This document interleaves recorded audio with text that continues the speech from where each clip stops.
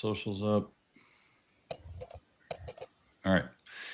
Hello, Smart Money Cheap Podcast listeners. Welcome to this week's show. My name is Kirk Chisholm. I'll be your host, and today I'm joined with Doug Hegren. Hey, Doug.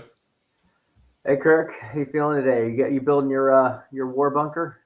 I'm a little depressed, Doug, because the U.S. lost the World Cup. Although I hear we're going to be tariffing Belgium. Yeah. Well, if we handle conflicts with the rest of the world as well as we showed up against Belgium, I fear for our children's future. Yeah, I hear we may be deporting illegal immigrants from Belgium right now that are coming to play soccer. Honestly, for those that actually follow football, that was probably one of the most embarrassing displays that I have seen in the entire World Cup. It was embarrassing. Americans on field, they just didn't show up. I mean, I said this last time. My daughter's a goalkeeper. She's going to play college in goalkeeping. I've coached goalkeeping. He had a bad game, no doubt. But a goalkeeper is also only, and he had a terrible game. His decision-making on that one goal was just excruciating when he didn't just kick it away. You do not have time at that stage. I see this in teenage soccer where they want to get that extra step for that perfect kick. You do not have that time at that age or at that stage to react or to take an extra step. That's what makes the European, not just the European, but the South Americans and now the Africans so good. It's just trigger, instinct. He didn't. He thought about it. He got burned. But what was infuriating, his back line. Oh my gosh. It is one of the worst coordinations between the goalkeeper and a back line I have ever seen. And I am discussing that from the teenage level. I have never seen it that disorganized. It was absolutely humiliating. Just terrible display of soccer that day. I think bad play all the way around for that whole team. And I think that was the first game I watched the Team USA play. I didn't even watch the preliminary rounds because there were so many and it was doing stuff. But I have to say that watching it was embarrassing. I mean, I used to play goalie in high school, and the only reason I played goalie is because I hate running. I played soccer, so I loved it though. You dive around, you punch the ball away. It was just fun. It was just more of a there's always this saying you have to be a little soft to play goalie, and it's true. You got to be a little bit loopy to play because it requires a little bit more aggression and craziness to play that position just because of all the stuff that goes on. But I will say that for the most part in watching the World Cup, there have been some goals where it makes me wonder, did that goalie even react? That's not how I would have played that. I've seen that in a few times where the goaltending has not been bad in the World Cup, but there's been some times where I'm like, is this guy even paying attention? He didn't even react into a play where he should have. And there have been some good goaltending too. I've seen some games in the past week. I've seen some really good goaltending. So incredible. Morocco only stayed close with France because of their goalkeeper yesterday. It was the goalkeeping's been awesome. I mean, what do you mean stayed close, Doug? I wouldn't call that a close game. The only thing kept it close was Mbappe missing the penalty kick. What's wrong with you? I mean, he stopped his penalty kick, and he also had 4 or 5 tremendous stops in the first half before the dam broke. If you watch the whole, I don't know how much if you watch the whole thing, but by halftime, I believe the statistics were that Morocco still had 0 shots on goal the entire first half. There was one shot. One shot. One shot to 9. Yeah, exactly. And he'd stopped them all. And so you lose 2-0. Yes, he did get 2 goals scored on him. But by that point, Kirk, holy crap. I mean, you're going to get 2 goals scored on you when they're shooting on you every other play. The entire game was in the Morocco half. Well, to be fair, those are unbelievable goals. I mean, Mbappe's goal was awesome. I mean, he just picked that corner. There's no way the keeper could have gotten it. The second one, maybe the keeper, he got a hand on it, but either way, it was a good shot that was screened. I mean, France deserved to win, hands down. That top spin on that Mbappe shot was incredible. A lot of goalies will curve it. That was top spin. That is, people that don't play soccer, that is incredibly technically difficult. And a quick one too. He didn't have time. He just popped it real quick. It was impressive. And I will give this too. He burned the back line, and that's where the goalie at that point. I mean, yeah. Well, either way, I'm not a soccer nut, but I will say it is fun watching the World Cup. The first half usually sucks because all they do is just somebody sent this meme out on X the other day, and it was from like The Simpsons, and it was like they're watching soccer. And you basically have four guys passing it back and forth, and the other team's standing there, and they're passing it, and everyone's cheering, and then eventually like, "Hey, do something, do something." So it's hard to watch the first half because it's usually boring because they're passing it around, they're not taking risks, which I think is really my objection to the game. It's just like it's like watching golf. You sit around watching a boring sport until a handful of plays which are really exciting. That to me is hard. But it is fun to watch when it's when they're actually like, I'm trying to remember which game it was. It was a game recently where it went back and forth, like one goal. And it was awesome because they were being aggressive. They were taking chances and it was fun to watch. I just wish there were more games like that. I know strategically it's not the best way to play, but it's more fun as a spectator to watch that kind of play. 100%. And yeah, the first half, I mean, these are great teams. That's another reason the first half is boring. It really is coming down to attrition when they finally get to. I mean, Morocco did a good job stopping what it could until it got too tired to keep it up, and that's what you're finding.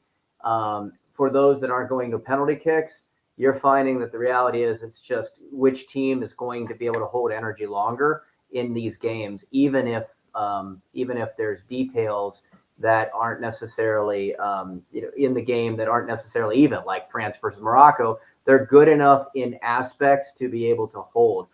And by the way, I'm going to say this. Why are we talking about it? Because as we discussed last on Monday, there's not that much else to talk about right Seriously. now. I'm going to be really sad when the World Cup's over because middle of the season baseball is boring. I mean, it's good. It's enjoyable. It's a nice summer pastime. But, October, is when all the action happens. August is when we get back into football, which there's always action, at least in America, that American football still draws the eyeballs. But right now, the markets, the world, it's just kind of same old. So, I mean, we got some other things to talk about, but it's challenging. It's hard. Right now. Yeah. Yep. Summers are hard. I mean, it's so boring. I'm growing a summer beard to keep me entertained, which I usually save for vacations, but I might start early just something to bring excitement in my life. But in all honesty, the markets, the only thing remotely exciting about the markets is the fact that there's a military conflict / war going on, and it's not on, it's on, it's not on. This week it was back on again. Apparently the ceasefire's over and Trump bombed a few things and oil prices went up. And I don't know what's going on today, but frankly, this is why we've been saying patience and caution, because who the hell knows what's going on? I mean, you really think the war is going to end? No, I don't think it's going to end by midterms. I think Trump's going to probably declare it ended, and then we'll get into midterms and people will be like, yeah, whatever, dude.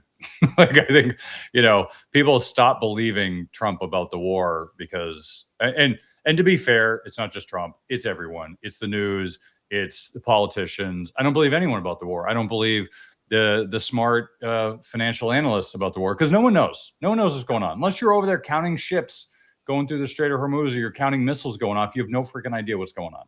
Well, and let me add this. Even if we did know what's going on, this is the reality of Middle East conflicts.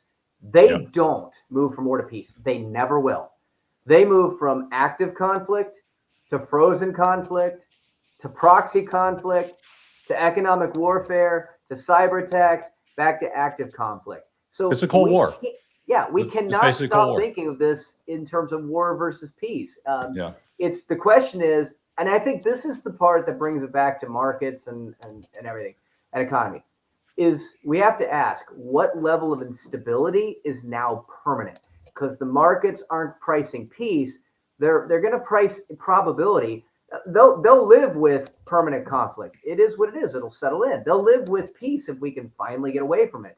The problem is, this is the Middle East. It's always been the Middle East. It's what killed Afghanistan isn't the Middle East, but it's that same kind of bubble of political, warlord run, area of Southwest Asia that ultimately is a slog, and there is no real goalposts to pass, and it will wear you down it'll wear you down the longer you're in it. And the reality is that time frame is indefinite. There is no endpoint.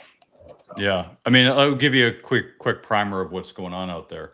I mean, here's last week. Here's the weekly returns of last week, right? You saw technology in certain sectors doing well, certain software wasn't again, but semis and that. But you saw a lot of rotation, right? So forget that. You saw big tech was kind of lukewarm for the most part. But what you really saw was rotation to all these other sectors: industrials, healthcare, utilities, consumer staples. You saw a lot of rotation, right? But then if you look at this week, because the quote unquote war is back on, what did you see? You saw rotation out of all of these areas, out of healthcare, out of industrials, out of utilities, out of staples. And what did you see? You saw technology keeping us afloat. And what's interesting to me is if you look at these two charts, what you'll see is a contrast. What big tech stocks were down last week? Meta and Tesla were down. The other ones are kind of lukewarm. Microsoft's down. What did you see? Almost the opposite, right? See almost the opposite this week. And so what tends to happen is when the markets are down, people flood into like semis and big tech, because that's where people are flooding to. Look at this. I mean, this is this week. Look at Visa, MasterCard down like 4%, GE's down 4%.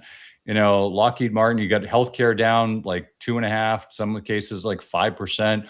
Like you've got these big names that are just down for no reason. And what's up? Basically, AI related or semiconductors is up.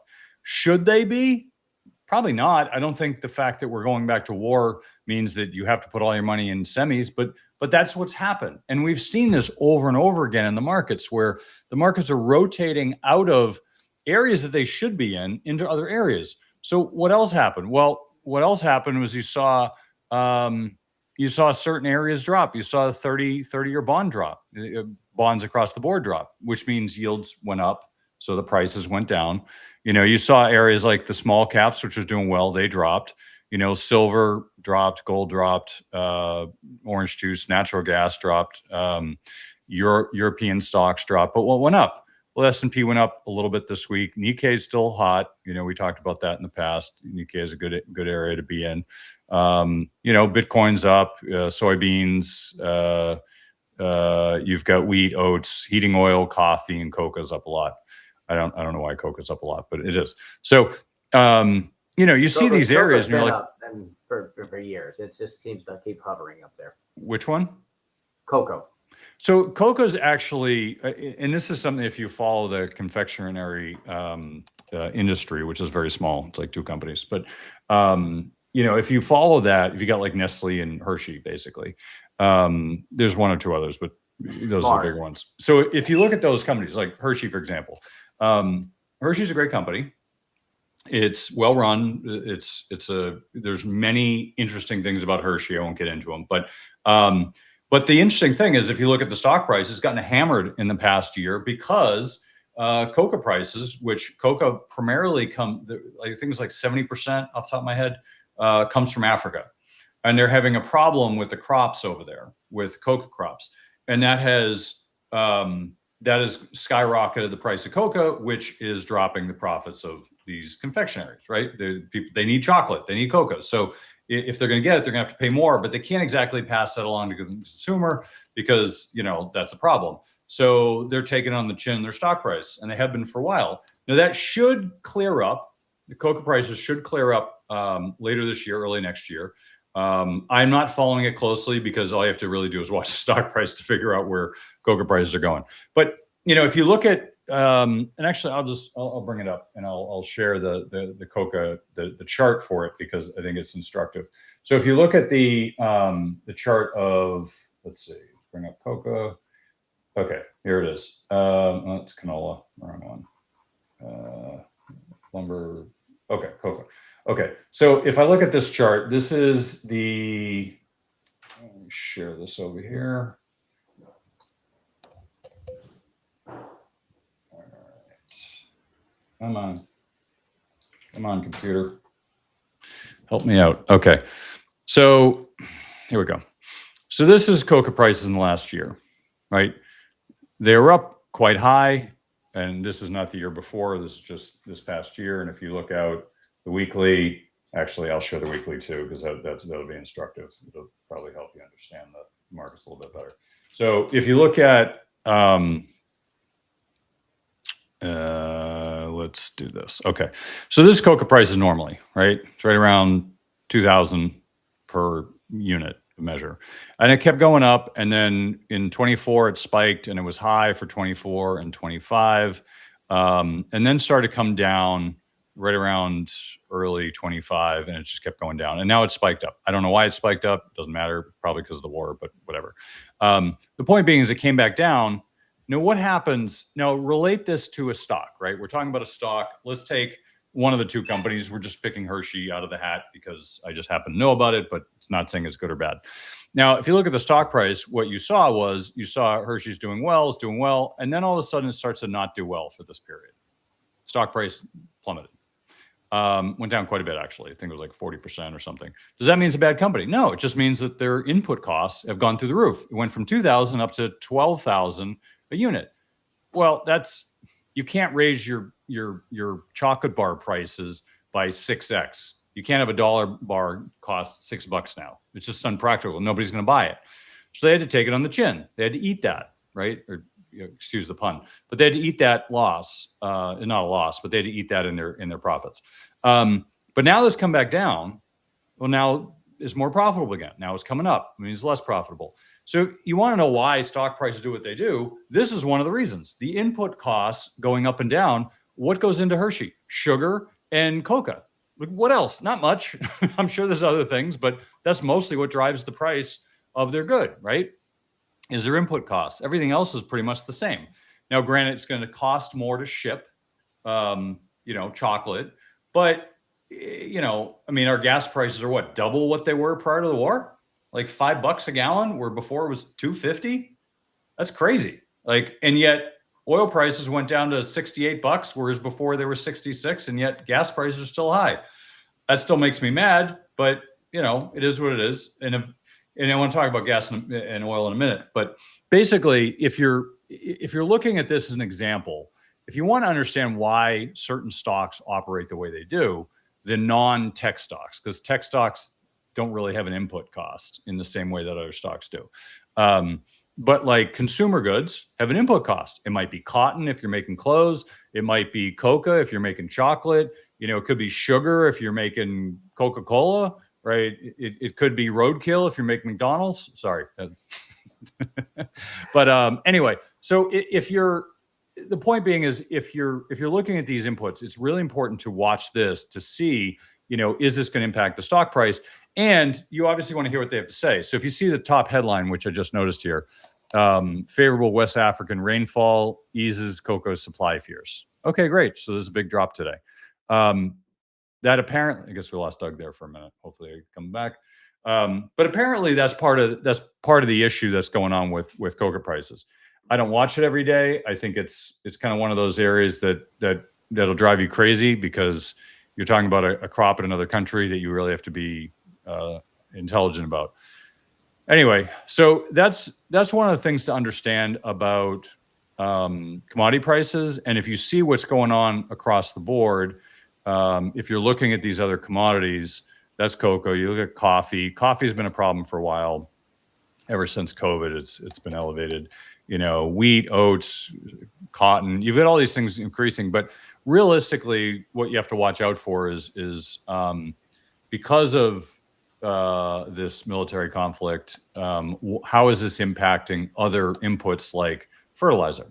Is that impacting our crops here? So far, we haven't seen the impact so much in the prices. And, I talk to farmers frequently, and I could say a lot of them are still struggling. So they're not having a boom time crop. Many of them are struggling, and I think we haven't seen things bottom out for them yet, but that may come soon. We'll see with this conflict if that affects crops.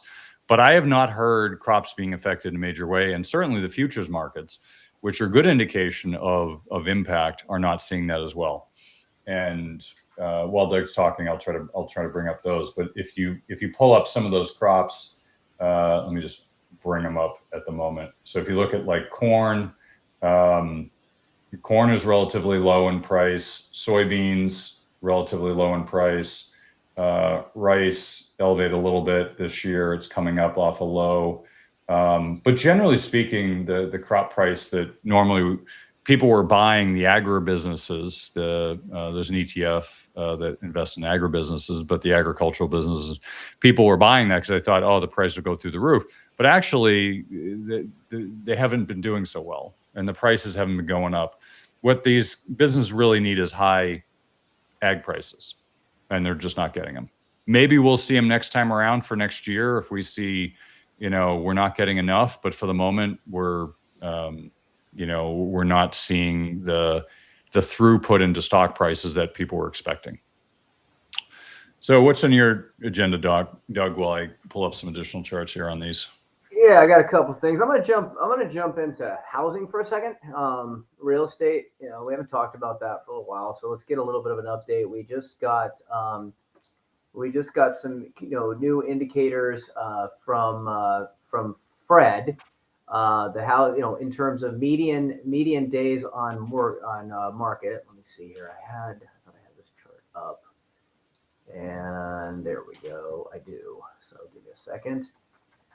So basically, here's what we're finding. I'll start with this. The median days on market in the United States tracker that Fred puts out, the Federal Reserve, it showed, and I'm sharing it right now, but it shows that we're still seeing a clear. Where are you sharing it, Doug?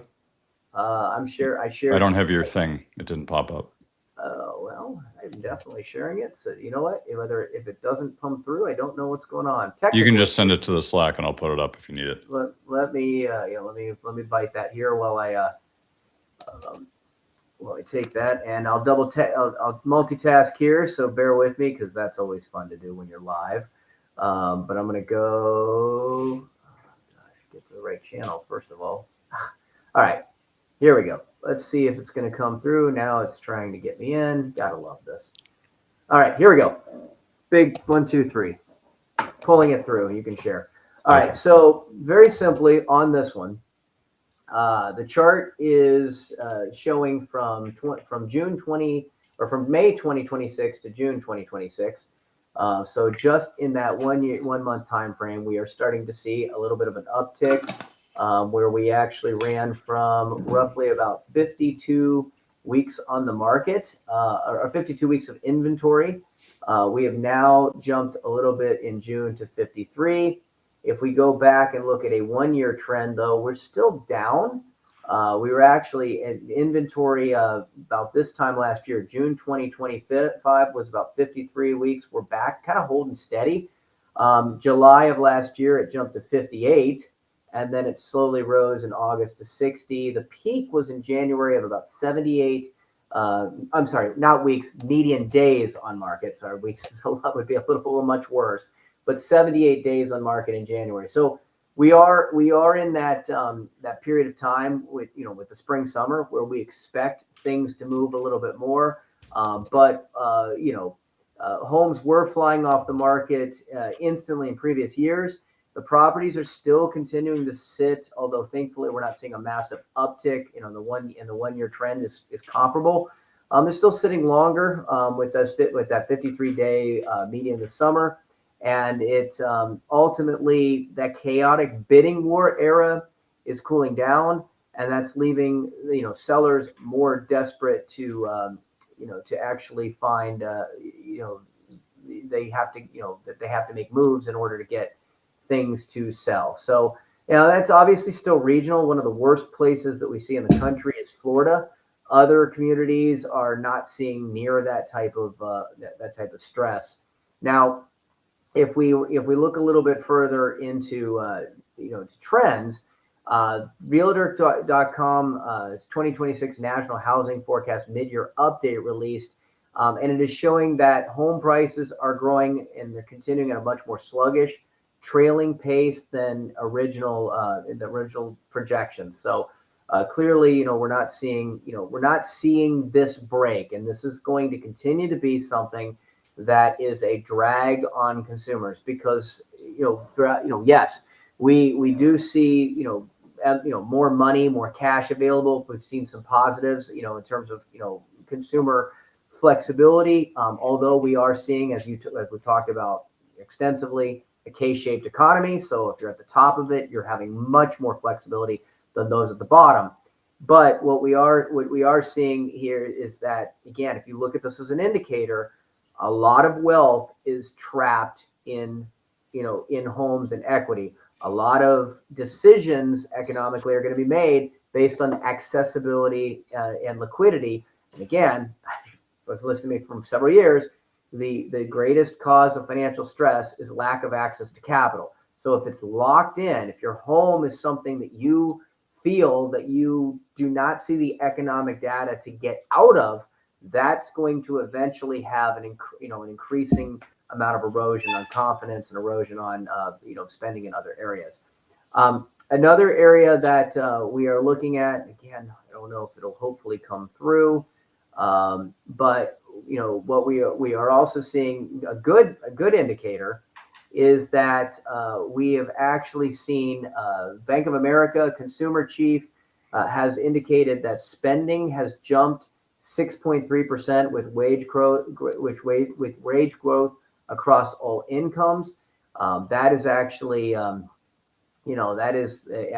positive there. Credit card and debit card spending rose 6.3% in June. That's the fastest growth in 4 years, spanning all income groups. So not just on the top and bottom of that K, and both services and retail. Lower income wage growth jumped a full percentage point to 4.1%. That effectively closed the gap with the higher wage income earners at 4.2%. Job switching, that is the main engine behind wage gain. So if you're stuck in your job trying to move vertically, the economy has changed on that a long time ago. Changing employers typically delivers a compounding premium beyond the baseline annual raise. And ultimately, looking ahead on that, with that fastest growth we've seen in 4 years, it's broad strength. And I think that's going to, a positive. So once again, as opposed to previous economies, if we go back to 2008 and we looked at, the trends leading up to, from the late 90s into finally, the dot-com implosion. If you look at what happened in 2008, economic indicators and recession indicators at those points tended to be much more in line across the board, where you could have a much more predictability about what was going to happen in the economy. Ever since the 2008, Great Recession, this is something that has been perplexing to economists and for anyone that's trying to look at trends of our economy, because there is significant diversion between indicators that show that we are in, early, mid, late stage economy indicators versus other areas where it's showing opposite. So you might see of 15 indicators, 5 or 6 of them showing that we're still, that we're in definite late stage, things to be concerned. But at the other end of the spectrum, we might still see 5 to 6 that show that we're in early stage, even though we are clearly years beyond the last recession. And this is why I think there's continues to be a lot of question about what does this mean? Is the is the market overpriced? Are we seeing things that tell us to finally prepare, take your money off the table and wait for the next opportunity. I think that if you've heard me talk before, there's that cyclical and there's secular trends. The secular trend is the one that's very difficult to look at. Now, cyclical, absolutely. Kirk, you see this. There is definitely indicators to say, hey, things are expensive right now. Let's be more cautious. Cash is a good asset class. Warren Buffett and, now I got to stop using his name because he's not making the decisions. But Berkshire Hathaway, continues to believe that holding cash is the best choice for that, to get that, for that when, not if. But the reality of it is, and that's going to give you these micro level buying opportunities. But from a macro trend of, hey, we are finally at a point where we need to be worrying about this economy. There's just too many things that that conflict with each other. One of those things that's certainly going to lead to that is the Federal Reserve's decisions. We talked about this earlier. They were supposed to start cutting interest rates to make borrowing cheaper, and they just hinted they might keep them higher for longer. We call this the grocery store vibe check. Even though politicians say the economy is doing great, everyday people, on the other hand, are still feeling broke at the grocery store. And that's, and that tells us, a little bit more about the why the math doesn't match how regular people actually feel. And if we're going into the midterm elections, that's going to, we're still going to have to face what's coming up the next couple of months in voting booth volatility. Coming up this November, the stock market is starting to get people nervous. We are, very stretched. Expect, it can be certainly no prediction of it, but we should expect that we're going to get potentially, once we get back into the fall, possibly greater, I'm not saying it's going to happen, but don't be surprised if we had wild daily swings based purely on political headlines as we get closer and closer to these elections. And so, the thing that's going, I talked about this a little bit a couple of days ago, the thing that's going to protect you right now from election anxiety over the next couple of months is probably to have a higher level of liquidity available that's going to give you, the security blanket. It may be worthwhile giving up a little upside if the economy just kind of breezes through it with a meh and grows. You have to ask yourself, everybody's different. Is it going to make more sense to give up a little bit of upside for the ability to give you flexibility if that volatility occurs? Or are you going to, or are you going to feel worse if you don't, prepare yourself and the economy gets more volatile and starts to pull back? But I will tell you, the other thing leading into the midterms, and I'll turn that back to you, Kirk, is they are starting to see data in a couple of areas on the tech side. First of all, the $1 trillion question. Big tech companies have spent billions building artificial intelligence. We talk about that a lot. Everyday consumers aren't really paying for those apps. It is incredibly expensive. A lot of these AIs, they start, they pay you, the charge on tokens is going to make it to where if they start charging on this, it just like so many things, there's going to be the haves that are going to be willing to pay it, that have the financial capital to do so. And the rest of people are going to be carved out because they can't afford to pay for those tokens. So, inside Wall Street's, still asking themselves, are we actually going to be able to make money from AI, or is this an expensive trend? And for large corporations willing to spend the tokens, is that enough to make AI something profitable? But also, there's so much more information from AI, so much more information from the internet, so much more information coming everywhere. They are starting to show that people are actually getting sick of the news.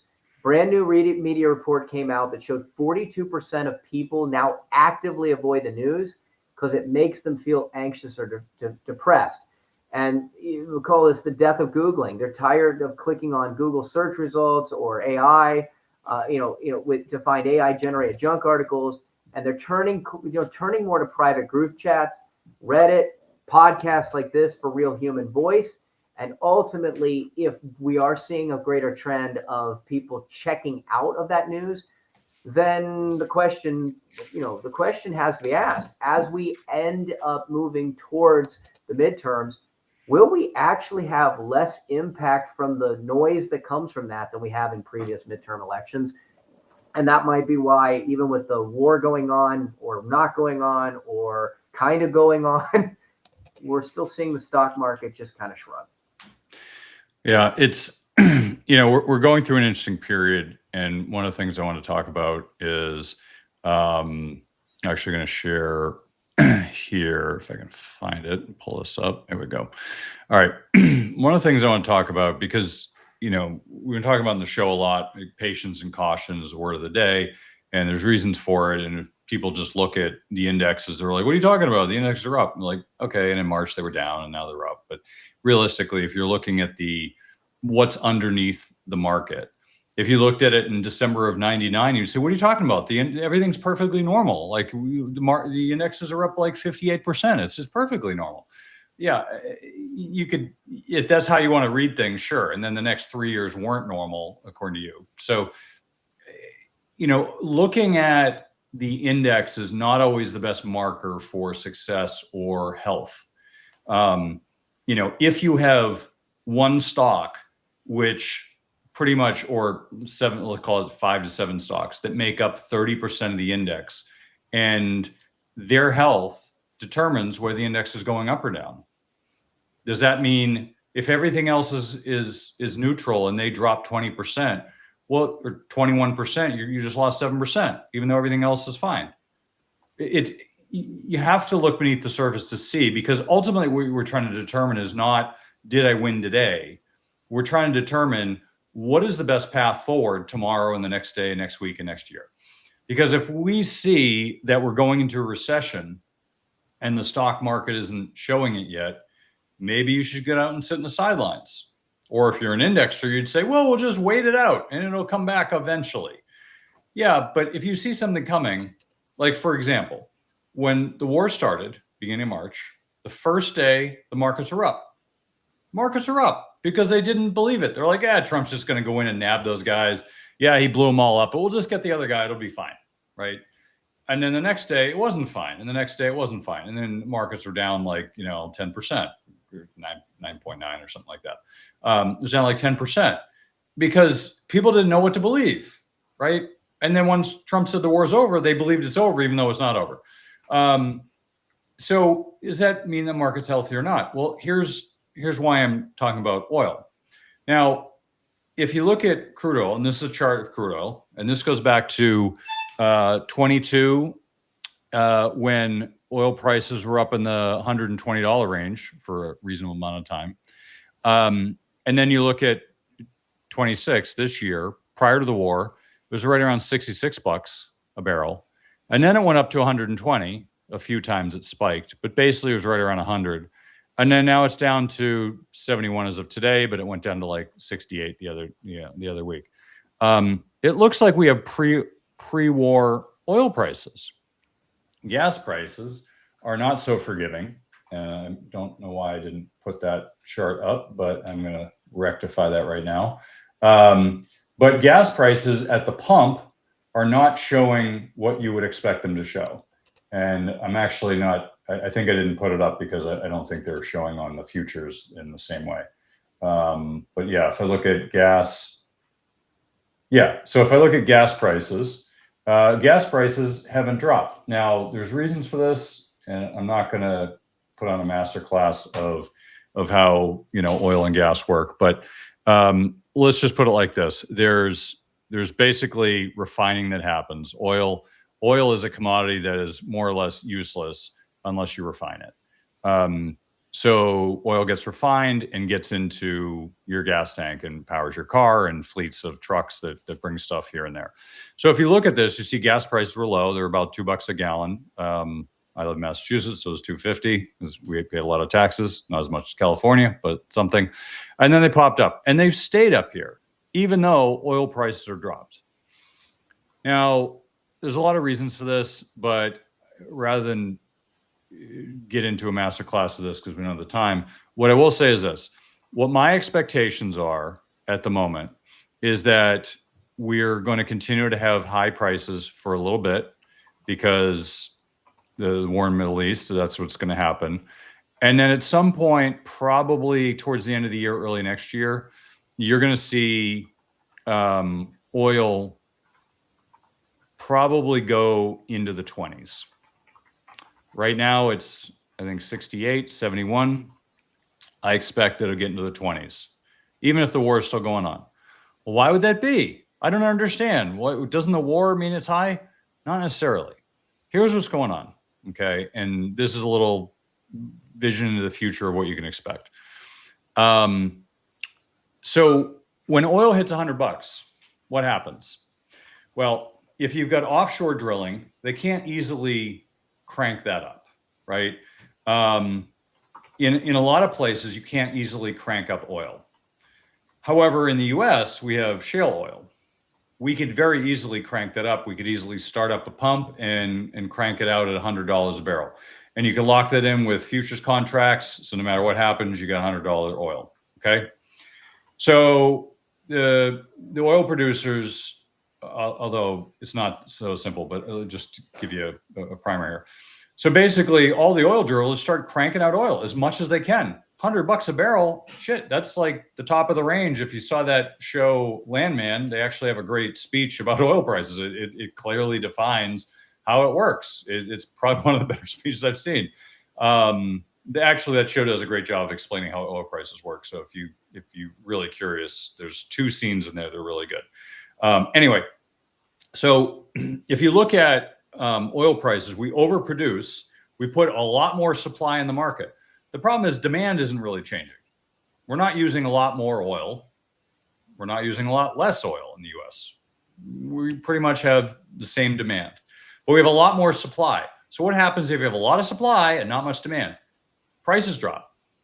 But because prices are high for a long time, people are going to keep cranking that out, which means we're going to have an oversupply probably at the end of the year.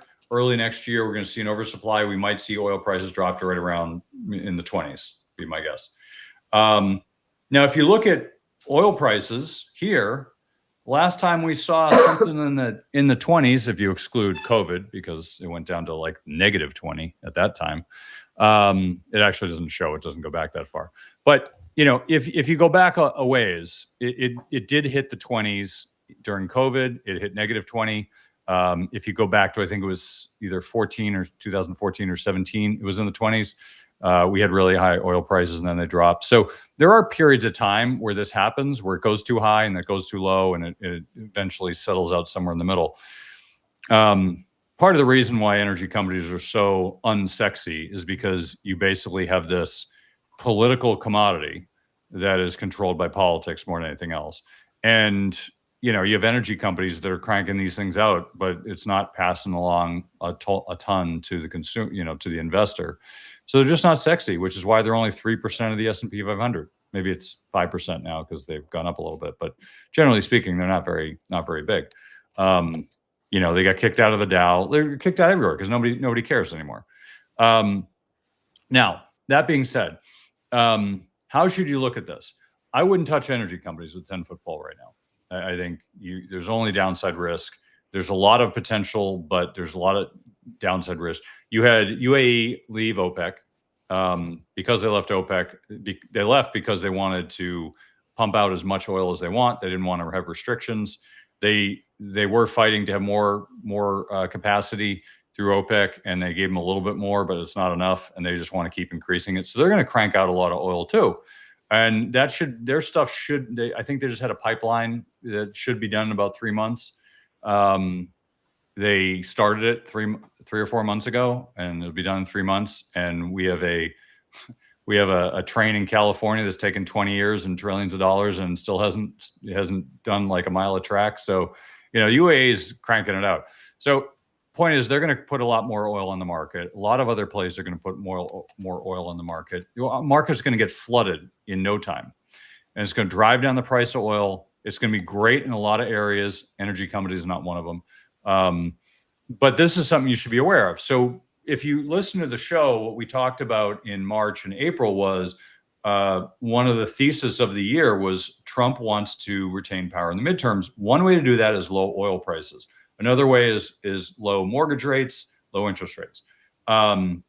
So far, the war has been I think we call it a shit show in technical terms in regards to getting his thesis, in regards to that thesis. But I will say that I think we'll eventually hit that low oil. I think we'll eventually hit $20, $30 oil, which is our prediction way back then. It may happen after the midterms. It most likely will. I think we're a little too shy on our prediction, but it is going to happen, and it's going to make people feel good. Money's going to be in their pockets, assuming that gas prices drop. At this point, what we're seeing is we're not seeing a drop in gas prices. I have a chart here I shared, and this is the gas prices. They're not coming down. So I expect they probably will come down. I'm not sure if they'll hit the lows before, but we may. We'll see. But these are just dynamics you should be aware of. And I would stay clear of energy for this reason. Not energy, but oil-related energy. I love nuclear. I think there's going to be a lot of upside there. I think it's still a little early for nuclear, but I still think there's a lot of upside. The market is not recognizing it yet, which both good and bad. Bad in the sense that we want the market to recognize that. So investments into nuclear start to play out.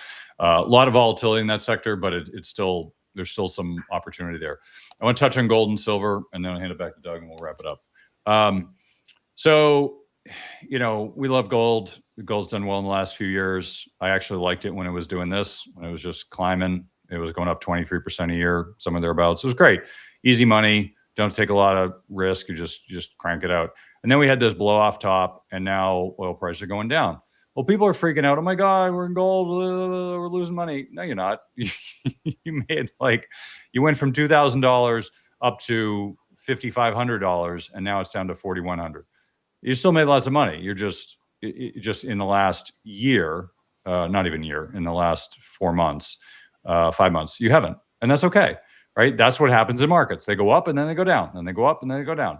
And you hope they do more up than down. But with gold and silver, and this is a silver chart, which looks much worse, a lot of people are looking at this saying, I don't understand, with all this inflation, with all the money printing, why is gold going down? Well, there's one major reason. One is that it went up I know this is a non-specific reason, but it's how markets work. There's too much money flowing in too quickly. It's not how the markets work. It got way overblown, and this needs to happen to take the air out of the sails and get back to where it was before. This is what gold does. It's always done this. You have a blow off, and then it recedes, and it'll probably stick here for a while, maybe go down a little bit more, but we'll get to a point where it'll settle and then it'll go up again. I think we've got another maybe 12, 24 months. I don't know, but I'm not expecting anything anytime soon. So just be aware. But just understand that in large part, this is because central banks are selling their gold because they don't have cash to buy oil and other things. So because of all the stuff going on, they're just selling their gold, which is fine. That's why they have it, right? But the fact they're selling it means that it's dumping on the market. Not enough people are buying it, so it's depressing the price. So that's what's going on in precious metals. Not a lot of exciting stuff in precious metals. Is not something I'm staying up and waiting for. I am excited because I do think there'll be an opportunity to buy it. I just don't think we're there yet. I think you can probably start taking chip shots. You can probably put in small positions if you don't own one. I think we go probably a little more downside, but I think it's worthwhile taking a flyer on and starting position. I already have a position, so I'm just going to wait it out. But I would probably start to look at positions, at least start now. Doesn't mean you have to go all in. I wouldn't do that yet because I don't think it's a no-brainer, but I do think we're looking at a place where it starts to make sense. So, in terms of commodities, that's pretty much all I got to say about that. I did want to leave it with one thing, and I'll hand it back to Doug. And that one thing was, so July ends up being the best month statistically of the summer. June and August, not great. That's kind of been the inverse so far. June was okay, and July's not awesome. This week is down a little bit, but it's only because of the announcement. But typically Wall Street's away; they're not around, so it tends to be lower volume. There tend to be less opportunities. It tends to be a time where it's better just to sit in the sidelines and just you sit on your positions or whatever you're going to do, but don't go all crazy because it's just not a lot going on, not a lot of news. The news we've had has been uninteresting. The jobs report is underwhelming. Inflation has cooled a little bit in Europe. We'll see what happens next week with the CPI, but Fed's trying to determine whether they're going to raise rates or not. I don't think they are. I think they're in a position where they can't really make a move. And I don't think they should anyway. I think they should stay where they are. But I would continue to look for rotation. I would continue to look for rotation in the markets. rotation's healthy. It's a good sign. You might not like it because the areas you're in may not go in your favor, but just keep in mind that the markets do go up and they do go down, and you want to pay attention to areas that are discounted, software being one of them. I'm not buying anything, but I'm paying attention. I think they look interesting. And the question is, how interesting? I don't know.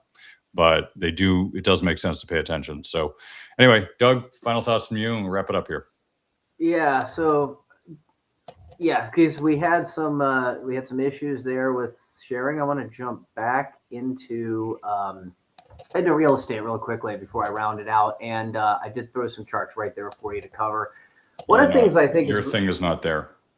No, I threw it in Slack for you. Oh, you did. Okay, yeah, got the it. last thing, if you can just go in in that order.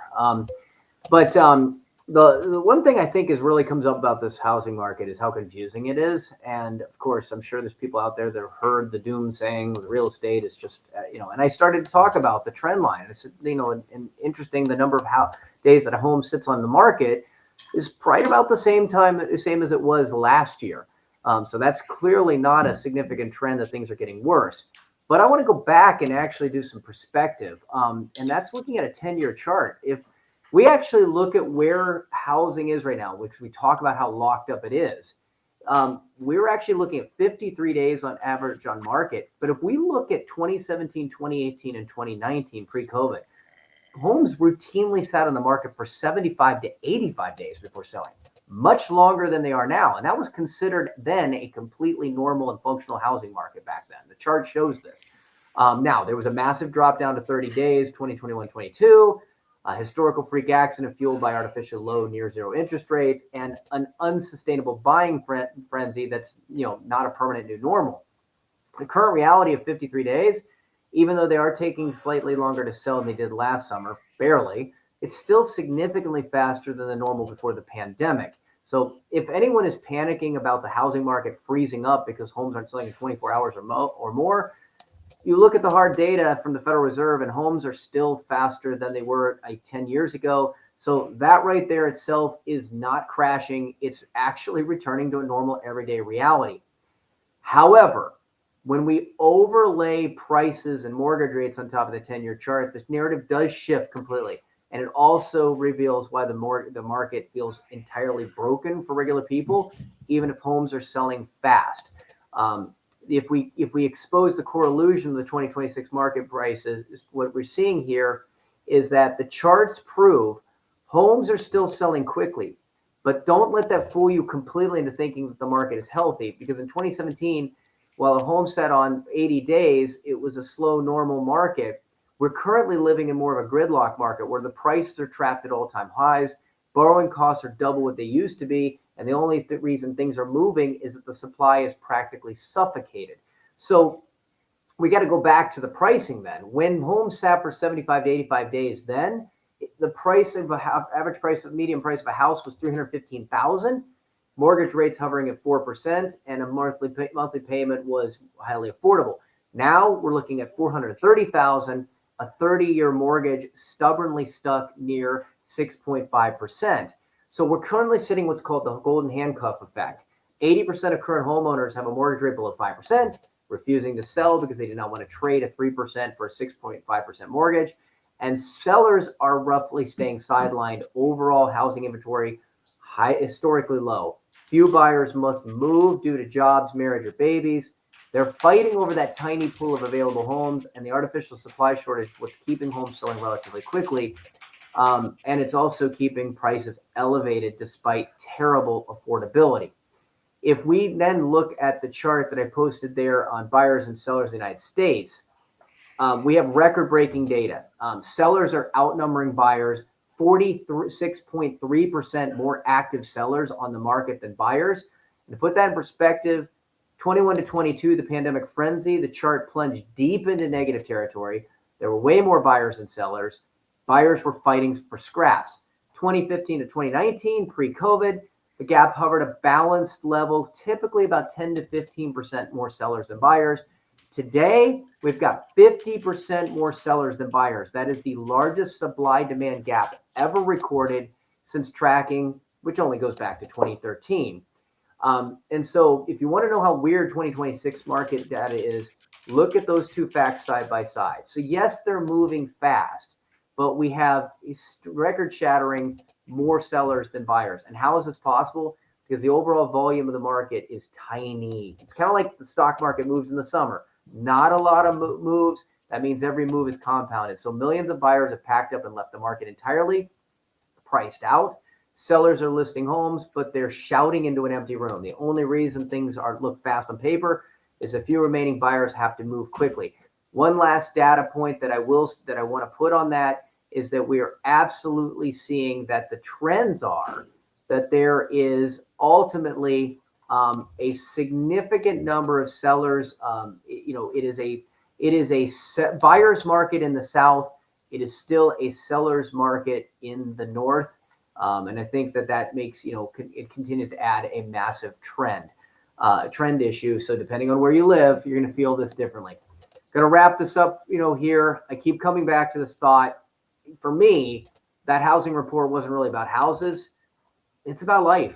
You have millions of Americans who aren't staying where they are because they're in their dream home. Matter of fact, you've got a lot of people that bought that starter home that can't move up and are now building families too large and outsizing the home, but now can't move and they're financially stuck. A 3% mortgage is a golden handcuff. Moving costs more. Borrowing costs more. Renovations cost more. Rents, those are, again, you look at the price of new homes are now, versus existing homes. That you've got trends there that are now historically outside of the norms. Waiting feels safer than doing anything. And before long, 1 year could become 5. 5 could become 10. And then life is completely put on hold. And that's the concern for the younger generations. And truth is, housing isn't the only place they get stuck. We see it in retirement. People could retire but aren't sure if they can. Moving, freeing up liquidity. We see it in college planning. Families are writing checks because they don't know that there might be a better way. We see it in taxes. People are paying far more over their lifetime than they ever needed to. The price, you think of a home is expensive at $500,000, $600,000 average. That could be what you're going to be losing. That could be a fraction of what you're going to be losing in taxes if you don't manage that right. And of course, then we get back to the markets and investments. It's not because people are making bad decisions. It's because they made good decisions that were never connected in one coordinated plan. And so the question I'm going to leave everyone with is, your financial life, is it creating freedom? Or is it quietly creating limitations you don't even realize are there? Real wealth isn't measured by the size of your portfolio. It's a fact. I know that we look there thinking the more we have, the better we could be. But, Jason Bateman talked about it. His ability to have income and cash flow, this was a recent podcast that he was on, made him feel more comfortable than his peers who inherited money because they had a portfolio. They were afraid they could go through it and lose it. So it's measured by the number of choices in your financial life and what that gives you. Can you retire when you're ready? Can you help your kids? Can you weather bear markets? You say yes to opportunities instead of worrying. At Emergent Advisors, we start with the wealth mapping. Before anything recommended, we map everything.